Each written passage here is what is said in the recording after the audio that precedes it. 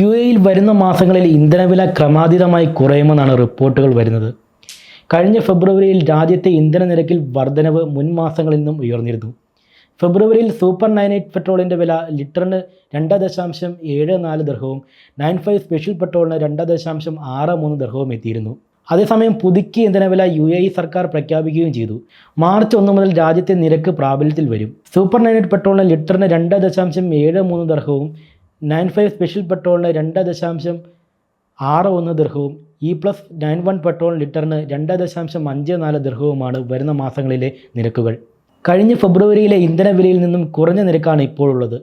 പെട്രോളിൻ്റെ വില കുറയുന്നതും കൂടുന്നതിൽ പ്രധാനമായും OPEC+ തീരുമാനങ്ങളും ബാധകമാണ്. രാജ്യാന്തര വിപണിയിലെ ക്രൂഡ് ഓയിൽ ഉൽപ്പാദനം വർദ്ധിപ്പിക്കാൻ അന്താരാഷ്ട്ര ഓയിൽ പ്രൊഡക്ഷൻ അസോസിയേഷൻ OPEC+ ഇതുമായി ബന്ധപ്പെട്ട് തീരുമാനം എടുത്തതോടെയാണ് യുഎഇയിൽ ഇന്ധനവില കുറയുന്നത്. ഇക്കാര്യം ചില വിദേശ മാധ്യമങ്ങളും വ്യക്തമാക്കുന്നുണ്ട്. 1960-ൽ പെട്രോളിയം ഉൽപ്പാദിപ്പിക്കുന്ന രാജ്യങ്ങളെ കൂട്ടിച്ചേർത്ത് രൂപീകരിച്ച അന്താരാഷ്ട്ര സംഘടനയാണ് OPEC.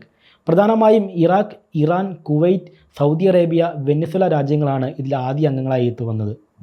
പിന്നീട് 13 രാജ്യങ്ങൾ OPECൻ്റെ ഭാഗമായി മാറുകയും ചെയ്തു. നിലവിൽ പെട്രോളിയം പ്രൊഡക്ട്സിൻ്റെ വില നിയന്ത്രണവും വ്യാപാരവും OPEC ആണ് നിയന്ത്രിക്കുന്നത്. ഏകീകൃത പോളിസി വഴി അംഗങ്ങളായിട്ടുള്ള രാജ്യങ്ങൾക്കിടയിൽ പെട്രോളിയം നയങ്ങൾ ഏകോപിക്കുന്നതാണ് പ്രധാന ലക്ഷ്യങ്ങളിലൊന്ന്. US ക്രൂഡ് ഓയിൽ അളവിലും കവിഞ്ഞ് ശേഖരിക്കുന്നതും നിലവിൽ കൂടുതലായി ഓയിലിൻ്റെ ഉൽപ്പാദനവും ഇറക്കുമതിയിൽ വലിയ ഉയർച്ചയ്ക്ക് ഇടവച്ചിട്ടുണ്ട്. ഇതോടെ ഇന്ധന വിലയിൽ കനത്ത ഇടിവായിരിക്കും നേരിടാൻ പോകുന്നത്. പൊതുവെ ഇത് ട്രേഡേഴ്സിന് ഗുണം ചെയ്യുന്ന ഒന്നല്ല.